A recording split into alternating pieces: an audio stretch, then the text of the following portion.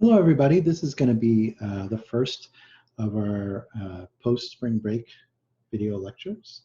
This one's going to be about futures, memoization, and the Fibonacci sequence. So let's just dive right in. First of all, is the quiz. So let's we can click to follow that. Here it is. What I would like everyone to do is pause the video and see if, given this program on the left here, which creates 4 futures, A, B, C, and D, and some of them have gets for other futures, which would create dependencies. See if you can figure out what can run in parallel with what. Pause your video, and then we'll start. Okay, we're back. And so let's sort of talk about this. I actually find this to be quite difficult to do. It's not too bad, but it's a little pain. It's, sort of see, all right, well, maybe 1 and 2 can run in parallel here. There's this get here, so 3 can't run in parallel with that. It's actually kind of difficult to do. So just like with async and finish, for me anyway, it's easier to figure out what can run in parallel with what with a computation graph. So how I like to do this is, you can see I've got all my futures up here that are launching, that are spawning these tests. So this would be the continuation edge of the normal sequential program. We go back to our program here. Sort of normal program that launches each one of these futures, which then would do statement 1. A would do 1 and then return. And these are sort of the normal continuation edges or strands for each one of the futures. And anytime there's a get, so in this one, A.get, I draw a join edge from the return of the A into this. So again, B get pulls it from here, this A get draws another continuation edge. And so what I want everyone to do is now, given this computation graph, try to see what can run in parallel with what. So go ahead and pause the video, see if you can do that, and then we'll take a shot at it. Okay, we're back again. So hopefully it's easier. Maybe you had no problem with it before, that's fine too, to sort of see what can run in parallel with what here. But let's just sort of run through the examples. There's the answers, but let's see if we can type them in as we go. So first of all, with S1, that can run in parallel, obviously, with S2 here. There's a set of edges to 3, right? So there's a set of directed edges that gets to 3, so that can't run in parallel with that. 4 can run in parallel with it. And again, 5, there's no, sort of like this edge right here is after 5's, but there's a set of edges that goes through from A to B here that's going to lock that out. So it can't run in parallel with 5. 6 is knocked out in 2 different paths, and it looks like 7 is all good. 2, of course, can run with 1, 4, and 7. We can sort of see that right away. But can't run in parallel with 3, right? Because that's on its normal continuation itself, right? So this is just a sequential program here. It can't run in parallel with 3. It can't run in parallel with 5 or 6 because there's some set of edges here that knocks that out. So those 2 are eliminated. For S3, it can run in parallel with, it can't run in parallel with 1 because there's this path. It can't run in parallel with 2 there. It can run in parallel with 4. It can't run in parallel with 5 or 6. So this one is just 4 and 7. Nicely, 7 is hanging out over here on its own island, which all of you are hopefully on small islands yourself right now. Let's see, but so there's that. S4 can run in parallel with 1. It can run in parallel with 2 and 3 here. So 1, 2, and 3. It can't run in parallel with 4, 5, and 6 because that's its continuation edge, but it can run with 7. 5 can only see, it can't run with 4 or 6, that's its continuation. It can't run with 2 or 3 because there's this graph, and it can't run with 1, so 5 can only run with 7. 6 similarly has the same elimination of everything, which makes some sense, so it can only run with 7. And 7 is over here on an island unto itself, which, as we know, is very timely and a good idea right now. Hopefully you are all like D right now. And there's hopefully the answers are in line with that. All right, so let's talk a little bit about some of the S&Qs that have come in, both this, from the past, let's say. And so So if we have a futures and async, would there be a reason why we would choose one over the other, right? So why can't I just use async? Why do I need future? And what I want you to think about is future is just like async, except it returns a value. And that's often useful, right? So when we built the age sums way back in the beginning, we created this array of subsums. Async, we did subrange and set that one there, and we did the subrange of the the lower and the upper and wrote them to each of their slots and added them up. Now, with futures, like fundamentally, this async has a result. I'd kind of like to return it. That's the one thing I'm interested in. So with futures, you can make a cleaner version, right? Where I can, calculate the lower half and return it in parallel with calculating the upper half. And now I can just add them up this way, and I don't have to worry about subsums or anything, and it just makes sort of a cleaner version. There's some questions about sort of the impact of where I place my futures that he discussed, not understanding it. And so in the past I've had, we should all be familiar with Mr. Yuck at this point. I will throw this icon up on slides or to sort of point out poisonous code.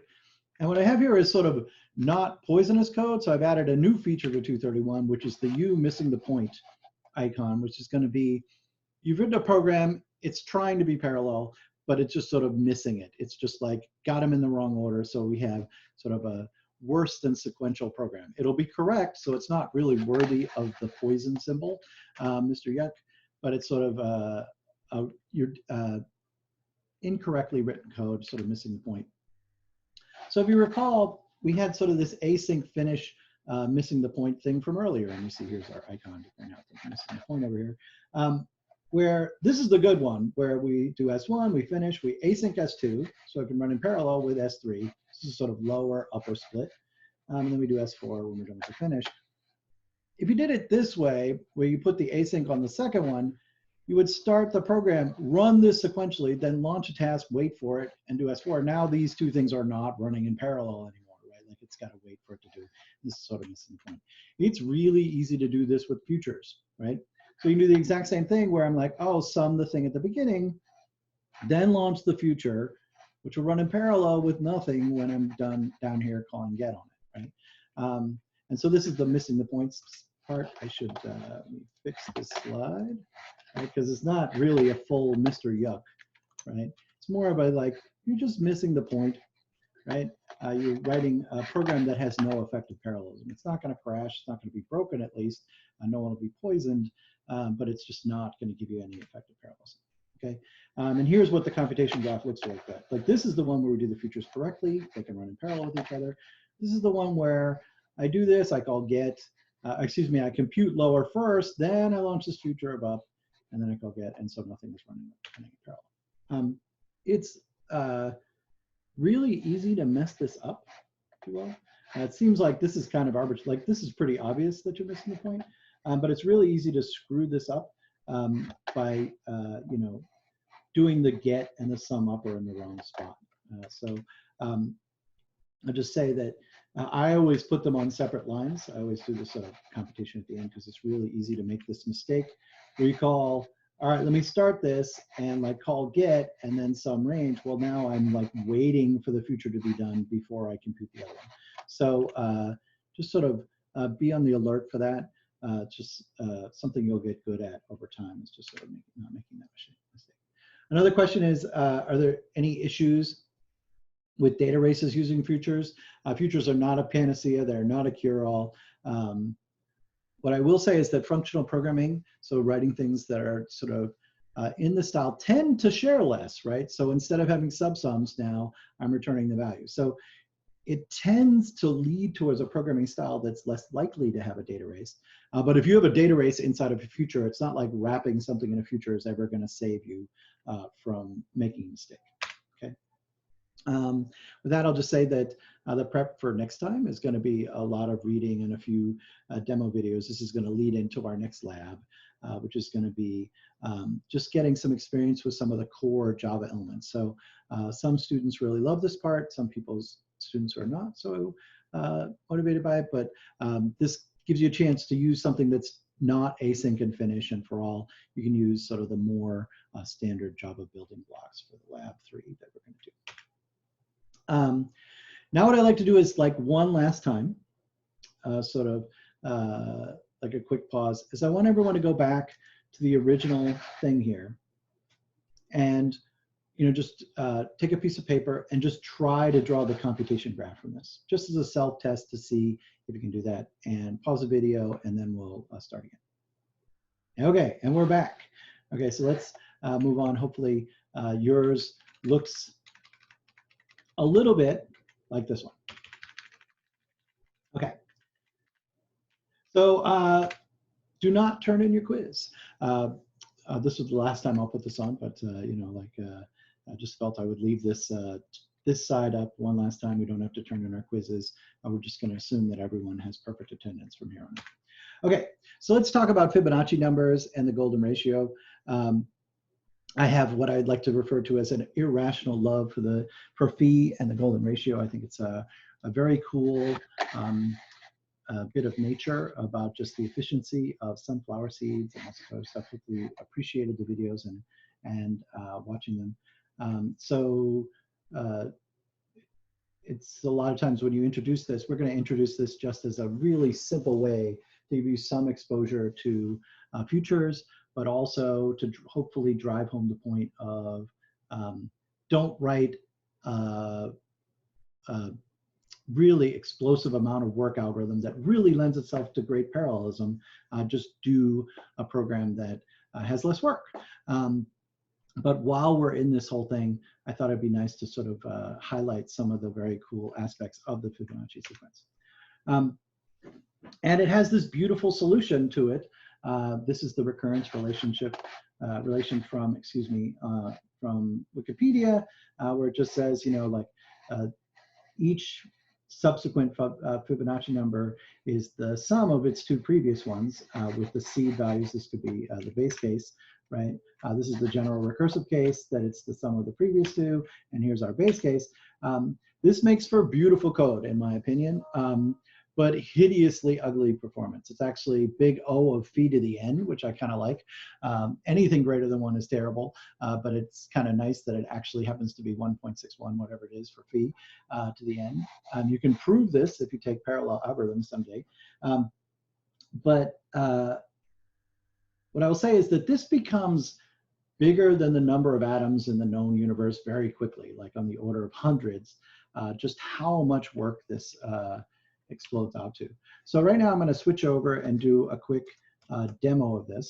So if you Command-Shift-T, like Fibonacci iterations, and it'll bring up this program, which is going to run through a bunch of our calculators that we're going to make, and it's going to start off with the sequential relationship, just the normal standard Fibonacci calculator. And if I run this, it's going to throw this exception right here, which I need to implement it. And so the Fibonacci sequence, the really beautiful, elegant, yet somewhat explosively terrible performance solution has this situation where you say, well, let's start with our base cases. So if n equals 0, return big integer of 0. Okay, and we're going to use big integer because these numbers can get very big very quickly. They would overflow the 2 billion limit on int very quickly.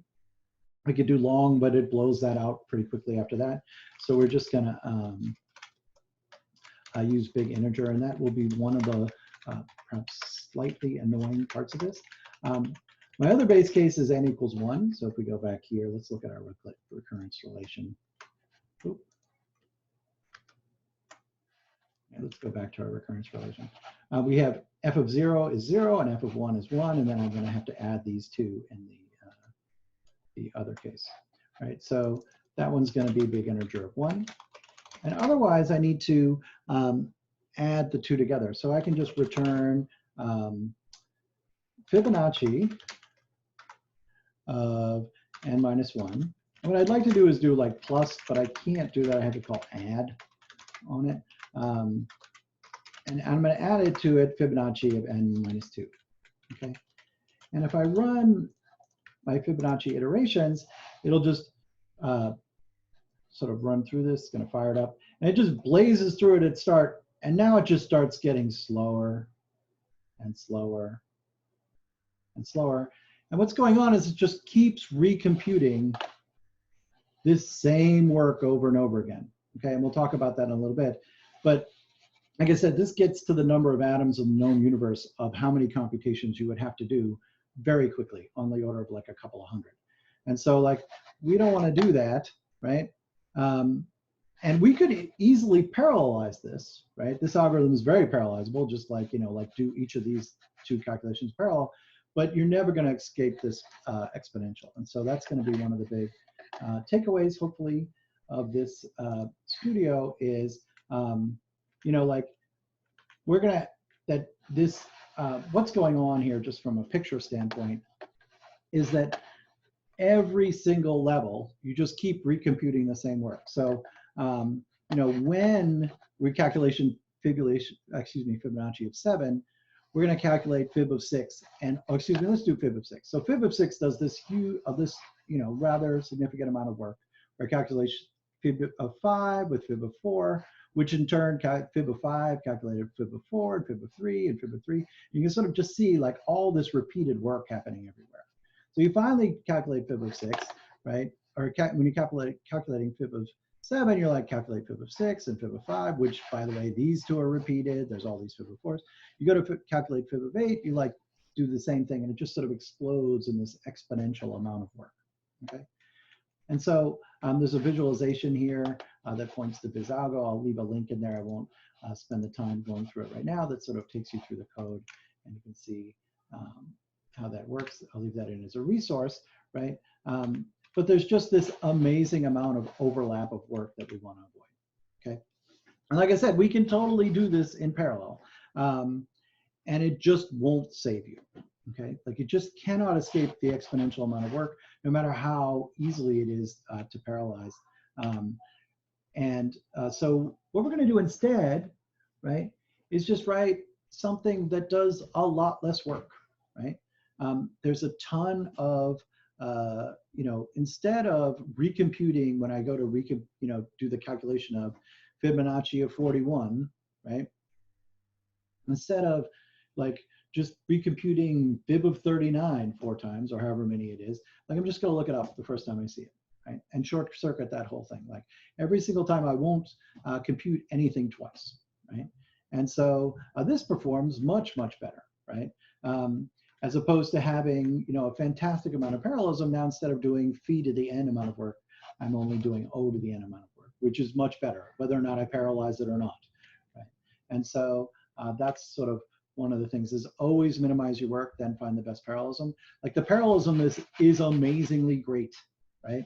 It's like work is O to the phi to the n, and its critical path length is O to the n. Like that's unbelievably awesome. And you know what's better? Like just do O to the n work, right? And so that's going to be one of the big takeaways for today. There's a bunch of bonus things that I've left in where you can build a parallel version of this memoization where you create the futures up front. I'm not going to ask people to do that just because it's not worth the amount of pain. For example, there's a bunch of Fibonacci timings that you can sort of look at. And I point you to that here. They're also pointed to from the wiki.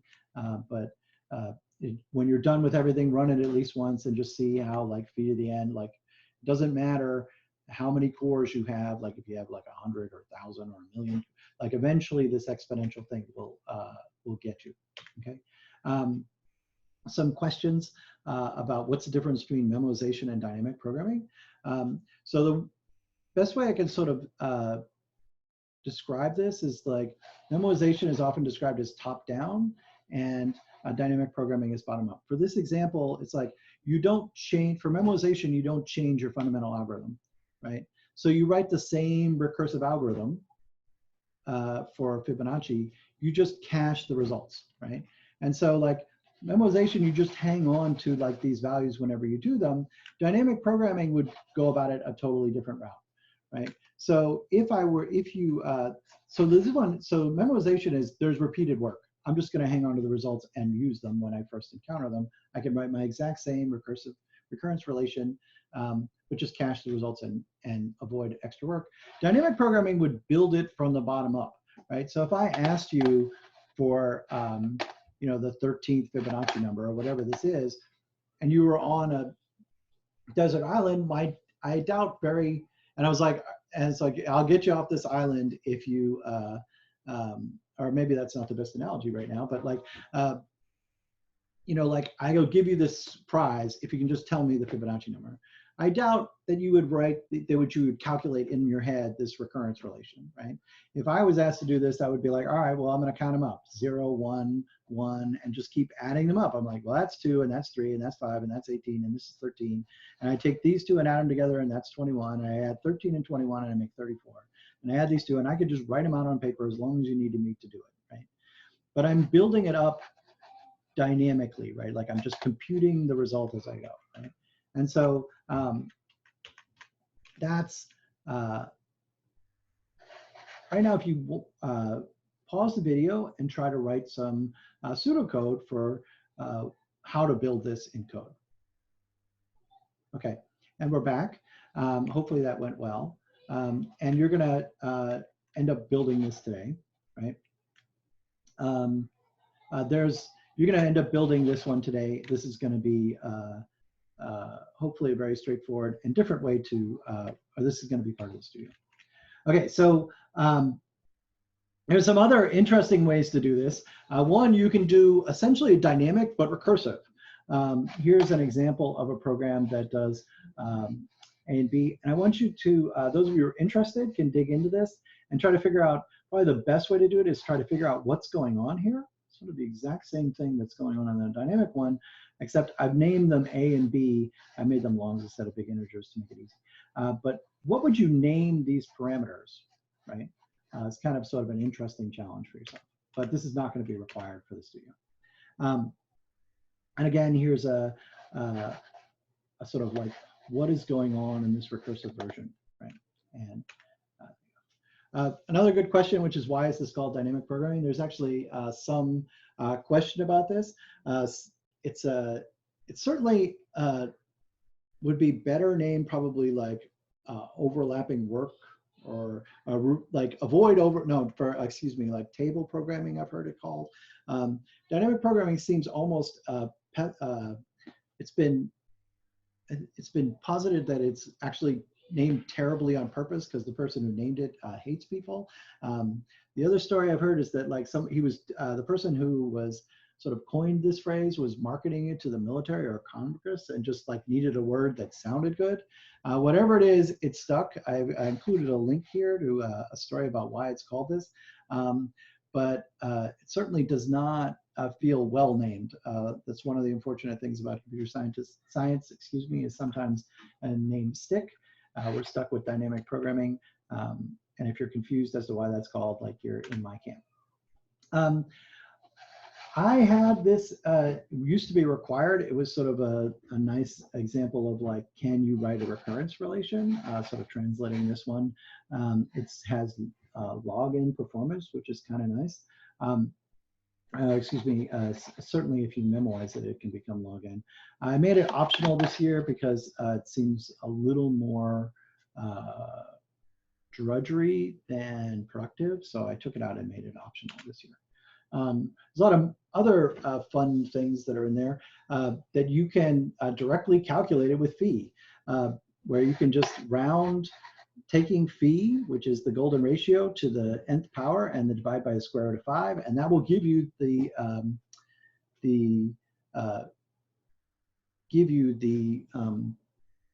nth Fibonacci number. Now, this seems like, all right, so this is even better than O of log n, right? Because I'm just calculating it. It actually is tricky to pull off, first of all, to get the resolution right. And my take on it is actually still log of n, because you need that many digits of precision. So as n grows, you need that many digits of precision in both calculating phi and the square root of 5 and pow. So as the number grows, you need to do more computation. This actually takes more time than you'd expect if you actually want to get the correct answer. And so it feels like it might be big O of 1, but it's actually big O of log n at best. And there's nothing wrong with log. Log is great, but I just find it interesting and funny that you can just calculate, of course, directly from phi if you want. All right, there's golden ratio utilities are available to you. Like I said, I have an irrational love for this, this lovely number right here. So anybody who wants to go down this road, I just point you to phi, which is there. And with that, I'll say dig in on the studio, reach out to us for help, and good luck, have fun.